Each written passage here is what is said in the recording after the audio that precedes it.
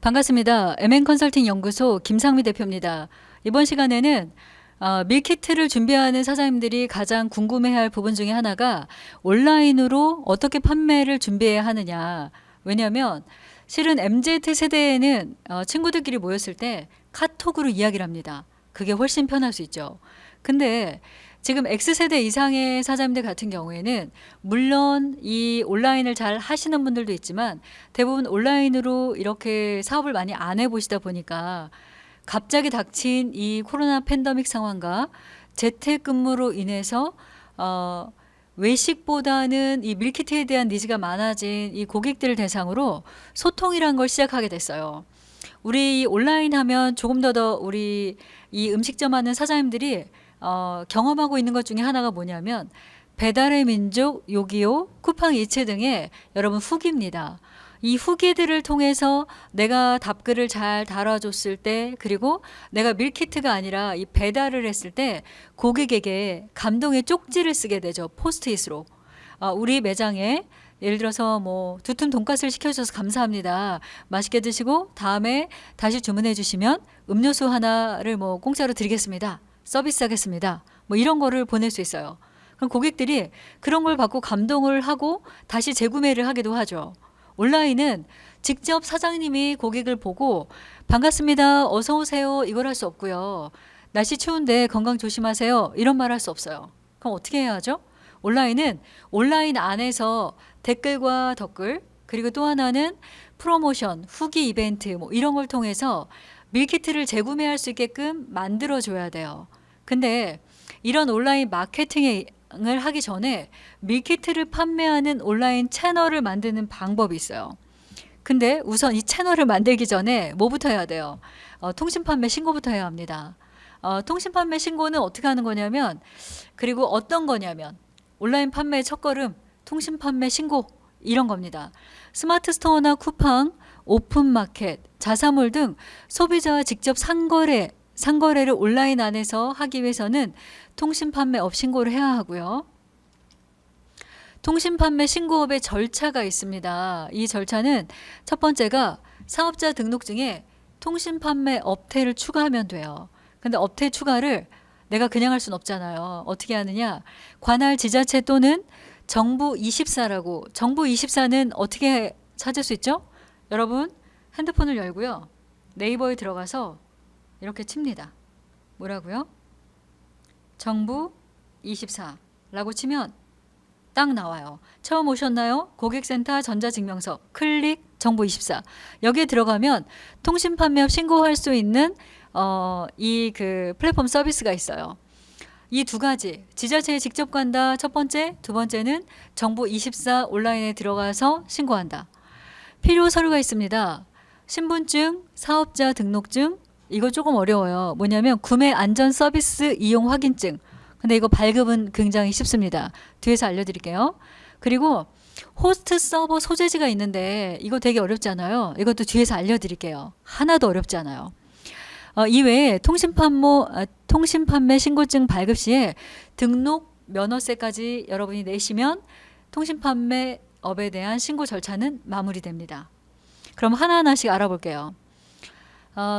통신판매업 발급 비용은 인구수 50만 이상의 지역은 45,500원이에요. 근데 시 단위로 해서 50만 이하는 22,500원, 군 단위는 12,000원. 점점 비용이 줄어들고 있죠. 우리 일반 음식점의 소재지가 어디냐에 따라서 비용은 달라지기 때문에 먼저 체크해 보시기 바랍니다.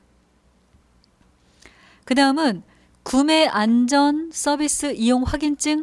이거 좀 어렵잖아요. 이게 뭐냐면 온라인은 돈이 왔다 갔다 해요. 그러다 보니까 얼굴과 얼굴을 보는 게 아니라 사실 조금 어려울 수 있어요. 그래서 돈이 오갈 때 거래의 안전성을 높이기 위해서 구매 안전 서비스 이용 확인증이라는 걸 발급받는데, 상품을 공급받을 때 제3자에게 결제 대금을 예치하였다가 상품이 수령됐어요. 그럼 그 다음에 결제 대금을 사업주에게 주는 그런 서비스입니다. 이 서비스는 여러분 그 네이버 안에서 스마트 스토어를 여는 모든 분들이 다 이 서비스 확인증을 이용을 해야 돼요. 어떻게 발급받느냐? 여러분 국민은행, 기업은행, 농협중앙회 등 다양한 은행들이 있어요. 이런 거래하는 은행에 가서 발급받으면 돼요. 독립 쇼핑몰이나 오픈마켓 모두가 다 이런 데 가서 발급받을 수 있고요. 또는 좀 쉬운 거는요. 네이버의 스마트 스토어에 가입하세요. 판매자 가입을 다 하잖아요. 네이버 스마트 스토어. 이것도 네이버 스마트 스토어 이 센터가 있어요. 네이버에 검색하시면 나오고 클릭하고 들어가면 돼요. 거기에 스마트 스토어 가입한 다음에 구매 안전 서비스 이용 확인증 발급이다라는 것을 클릭하면 여기서 발급받을 수 있어요. 대신 여러분 반드시 판매자로 가입하셔야 됩니다. 이거는 다 알고 계시리라고 생각하고 넘어가겠습니다. 온라인 판매를 준비하기 위해서는 주의사항이 하나 있어요. 이거 헷갈리시는 분들 많은데 사업자 등록증상의 주소와 구매 안전 서비스 이용 확인증의 주소는 반드시 어떻게 해야 돼요? 일치해야 해요. 이건 무슨 뜻이냐면 구매 안전 서비스는 내가 스마트 스토어에 사실은 그 매장을 하나 내는 거잖아요. 근데 그 매장의 위치가 네이버는 아니잖아요. 근데 약간 착각하는 게 뭐냐면 사업자 등록증상의 주소는 원주시예요. 그러면 여러분 구매 안전 서비스 이용 확인증의 주소는 어디예요? 원주시예요. 이렇게 동일하게 쓰셔야 된다. 이거 굉장히 단순한 건데 많이 헷갈려 하세요. 그리고 온라인 신고 방법이 있어요. 신고 방법은 정부 24에 들어가서 아까 우리 어떻게 했어요? 네이버에 들어가서 정부 24라고 했고 클릭하고 들어갔더니 이렇게 나왔어요. 그러면 정부 24 클릭. 그러면은 모바일은 이렇게 나오고 그리고 실제 여러분 PC는 또 다르게 나올 수 있어요. 그럼 모바일과 PC에 나와 있는데 검색어를 뭐라고 친다고요? 통신판매 신고업, 통신판매 신고업 이라고 치면 이렇게 딱 나와요. 서비스에 대해서. 그러면 여기에 통신판매 신고업이라고 치시고요. 그리고 클릭. 그러면 온라인 신고 방법에는 회원 비회원 신청 뭐 이런 거 있는데요. 회원과 비회원 모두가 신청 가능한 서비스지만 기승전 공인인증서 있어야 합니다. 그래서 공인인증서로 로그인하셔서 신청하시면 돼요. 온라인 신고 방법 두 번째, 통신판매업 신고 신청서 작성해야 돼요. 여기에 보면은 상호, 사업자 등록증 번호, 연락처, 소재지 다 나오죠. 다 여러분 작성 꼼꼼히 하시고요. 그리고 이 통신판매업 신고 신청서 작성하시고 필수 구비 서류를 제출하시고 나면 영업일 기준으로 2, 3일 뒤에 신고 처리가 완료돼요. 그래서 이 부분은 오래 걸리지 않는다. 그리고 온라인 판매 시 식품위생법에 의거해서요. 한글 표시사항 부착이 필수예요. 이건 뭐냐면은 제가 품목제조 보고 때도 말씀을 드렸어요. 거의 유사하지만 약간 다르다라고 했는데 실제 여러분이 통신 판매를 할 때는 내가 팔고 있는 제품이 어떤 거다라는 것들을 명확하게 적어줘야 돼요. 근데 적어주는 걸 내 맘대로 적는 게 아니라 양식이 있어요. 이 부분에 대해서는 식약처에 들어가면 알 수 있는데 밀키트 같은 경우에는 우리 매장에서 판다라고 하면 아직은 이 허가사항이 약간 모호한 부분들이 있어요. 뭐냐면 매장에서 팔 때는 안 붙여도 돼요. 근데 이게 우편이나 택배를 통해서 간다. 이게 온라인 쇼핑, 통신 판매 허가를 받아서 간다라고 하면 반드시 부착해야 합니다. 그러면 이거는 법령상 어디에 해당하느냐? 약간 어려워요. 식품의약품안정처고시 제 2020-98호에 의거해서 식품의 기준 및 규격, 고시에 관한 개정안이 있습니다. 원문을 읽어드리면 코로나19로 코로나19 장기화로 외식 대체 가정 간편식 수요가 증가함에 따라 간편조리 세트, 소위 밀키트, 식품 유형을 신설하고 제품의 특징을 고려한 합리적인 기준 및 규격 신설로 관련 산업을 활성화하여 식품 안전 관리를 강화하고자 제2020-98호에 어떻게 돼 있어요? 실제로 이 한글식품 표시사항을 표시해야 된다. 근데 시행일이요. 2022년 1월 1일입니다. 그리고 이 부분은 간편조리 세트라는 부분으로 분류가 돼서 앞으로 관리될 예정이에요. 그리고 식품 표시사항에 대한 기본 서식이 있어요. 이거는 여러분 반드시 참고하셔야 되는데 제가 이런 말씀드리기 약간 좀 그렇지만 여러분 한글 표시 사항은요 업체에 맡기는 게 좋아요. 왜냐면 직접 다 제작하기에는 일반 음식점 사장님이 만약에 내가 디자인 전공이다 그럼 그냥 해도 돼요.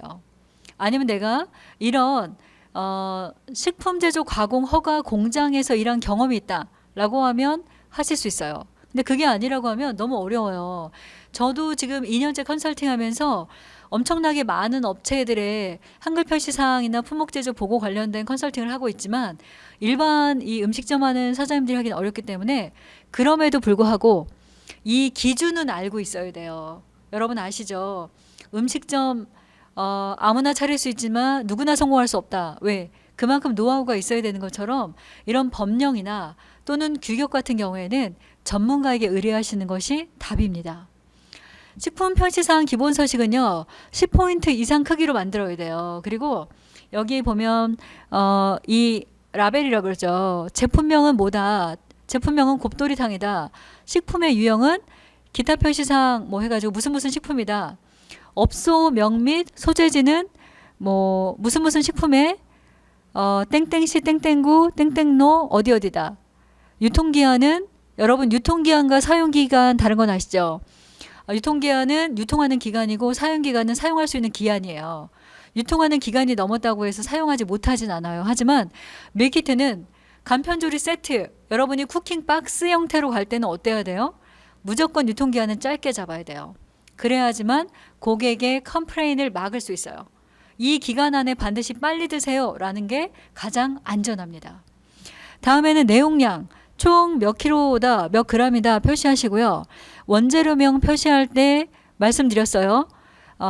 닭도리탕이라고 해서 닭이 60%는 아니다. 그러면은 들어가는 큰 항목들 하시는데 여기서 알레르기 유발물질 같은 거 반드시 표시해 주시고요. 그리고 또 하나 중요한 건 뭐냐면 여러분이 헷갈려하는 게 정확하게 이 비율을 써야 되지 않을까? 그렇지 않아요. 전체 밀키트 구성품을 다 만들어 놓고 10% 미만은 적지 않는 거예요. 너무 정확하게 적으면 뭐가 돼요?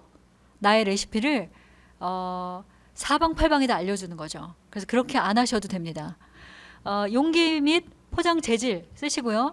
뭐 여러 가지 재질 사용하는 걸 쓰시면 되고 품목 제조 번호 이거 품목 제조 번호는 반드시 여러분들이 그 즉석 판매 식품 허가를 받고 내가 어디에서 팔 거냐에 따라서 이 제조 번호는 쓰실 수도 있고 안 쓰실 수도 있다라고 전 강의에도 말씀드렸고 전전 강의에도 말씀드렸어요. 강의를 계속해서 여러분이 찬찬히 보시면서 이해하시면 될 것 같고요.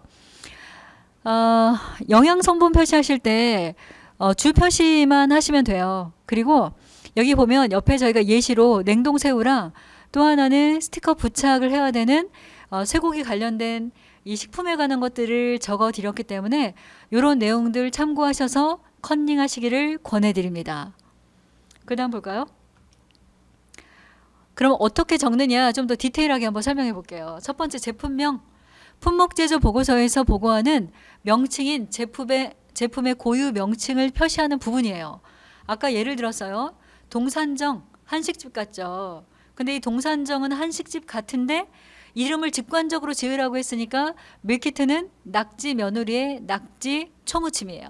그러면 낙지 며느리의 낙지 초무침이다라는 것을 상호 또는 로고와 함께 그리고 상표 등이나 원재료들을 잘 표현할 수 있는 캐릭터나 로고 등을 활용해서 글씨를 쓰면 되겠죠. 그리고 예를 들어서 우리 만약에 왕할머니 손칼국수 깐 바지락 칼국수다 그러면 밀키트 전용 상품에는 왕할머니 칼국수인데 이게 깐 바지락이라는 재료가 굉장히 중요해요. 그럼 어떻게 돼요?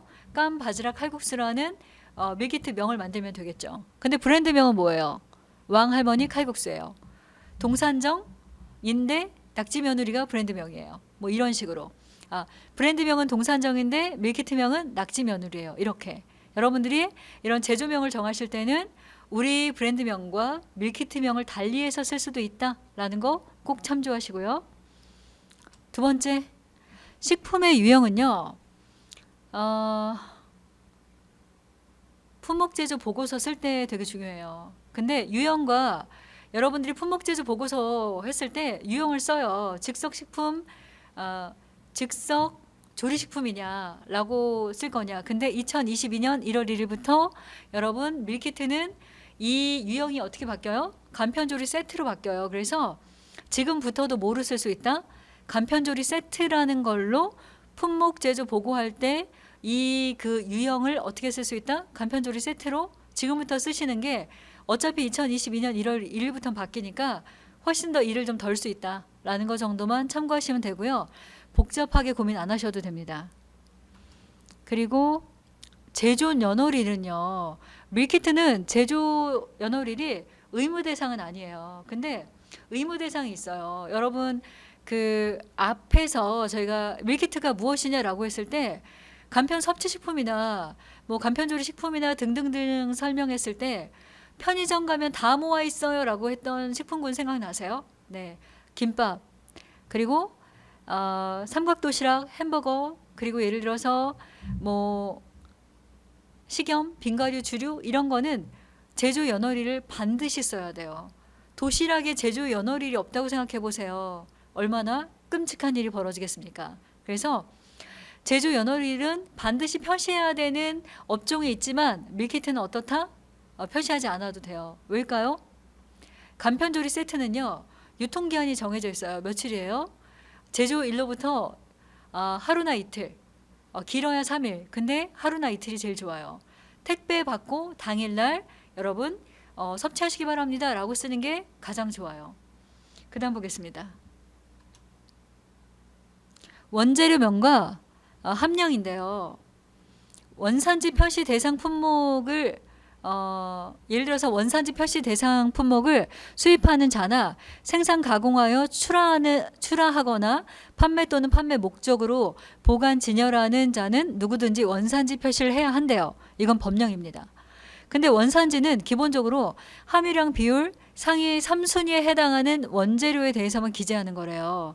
그럼 보세요. 우리가 원재료가 30%씩 들어간 게 있어요. 30%씩. 예를 들어서 내가 곱도리탕을 해요. 근데 곱도리탕에 전체 비율 중에 30%를 해당하는 아이가 2개 있어요. 품목이. 통상적으로 생각했을 때 닭고기가 들어갈 것 같죠. 그리고 두 번째는 대창과 곱창이 들어갈 것 같아요. 그럼 이게 원재료가 곱도리탕에 30%씩은 뭐가 돼요? 곱창과 닭고기예요. 그러면은 1위와 2위가 2개니까 아까 뭐라 그랬어요? 3순위에 해당하는 것까지만 해라 그러면은 30%씩 들어가는 2가지가 있으면 1위, 2위니까 얘네들 표시하고요.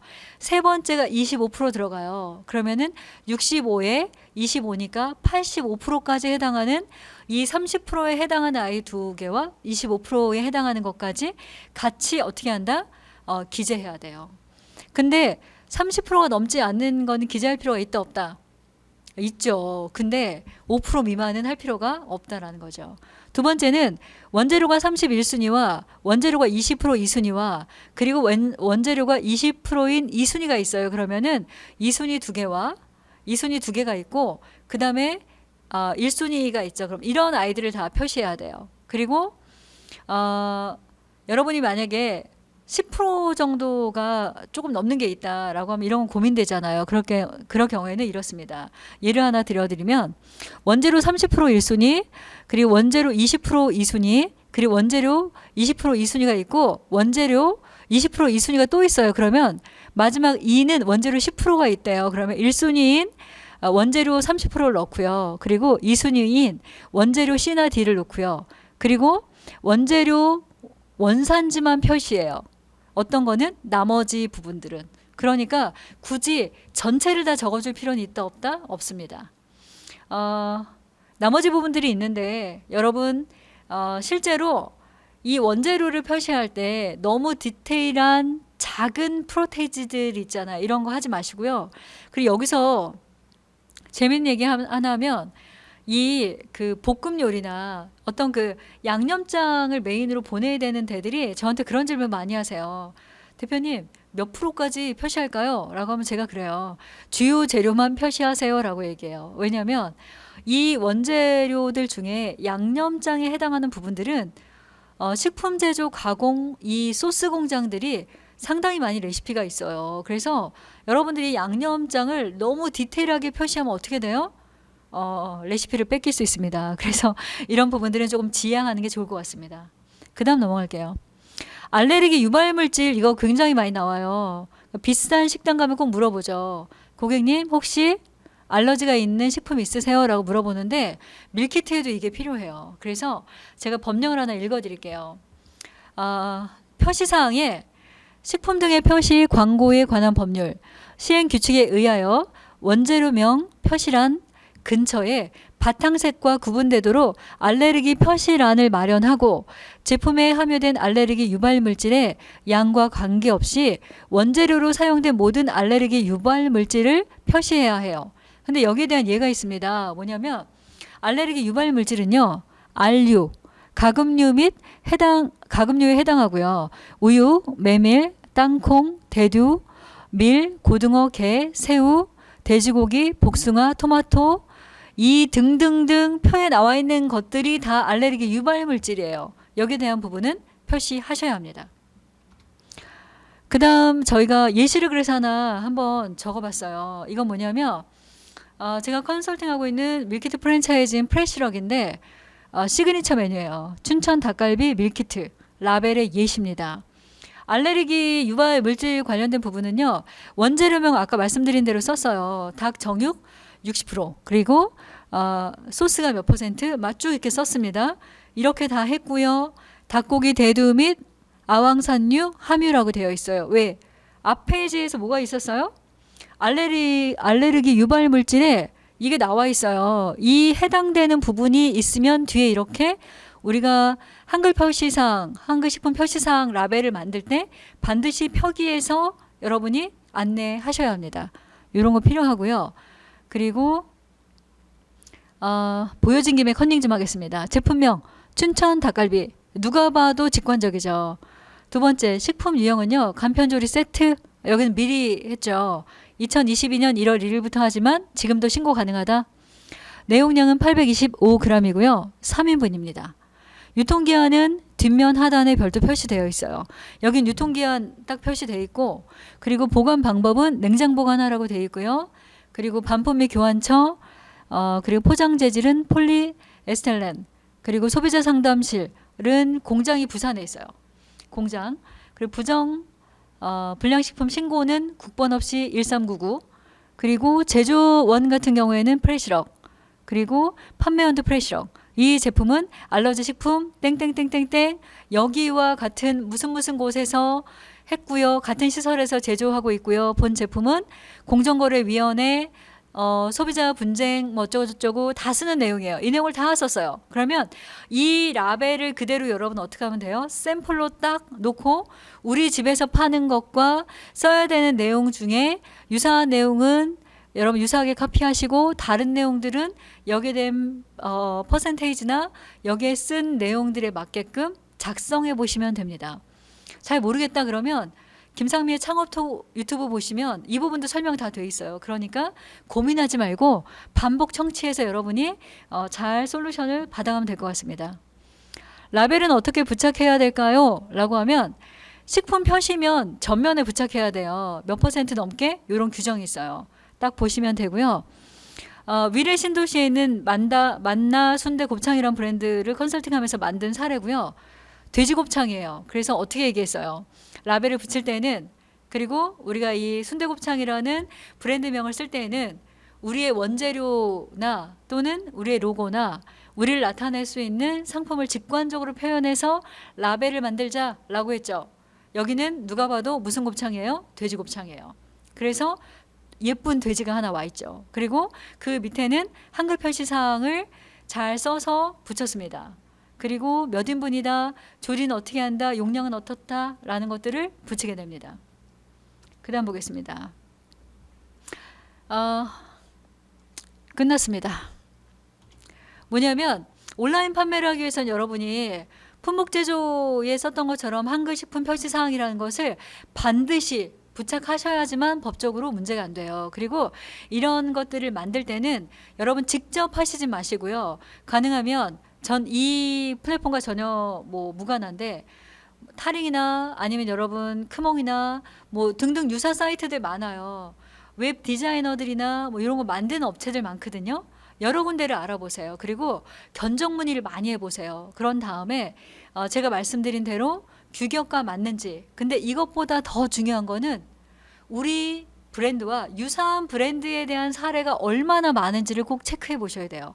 그래야지만 여러분 아무것도 모른다고 아무것도 모르는 업체에 맡겨버리면 비용은 쓰는데 원하는 퀄리티에 원하는 수준의 이런 결과물이 나올 수 없어요. 그래서 그런 것들을 잘 찾으셔서 밀키트의 패키지부터 밀키트의 패키지 디자인 그리고 한글 표시 사항 그리고 여러분 온라인 스마트 스토어 상세 페이지까지 여러분들이 잘 만드시기 바라고요. 짧은 시간 안에 이 엄청난 솔루션을 다 설명하기는 좀 곤란한 것 같아요.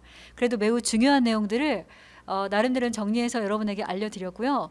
더 자세한 사항은 김상미의 창업톡 유튜브를 통해서 많이 확인해 보시고 그래도 모르겠다라고 하면 여러분들 우리 매장 인기 메뉴로 밀키트 판매하는 방법이라는 책을 통해서 많은 솔루션을 여러분들이 받아보시기 바랍니다. 긴 시간 동안에 강의 듣느라고 고생 많으셨고요. 저는 다음 시간에 뵙도록 하겠습니다. 지금까지 MN컨설팅 연구소 김상미 대표였습니다. 감사합니다.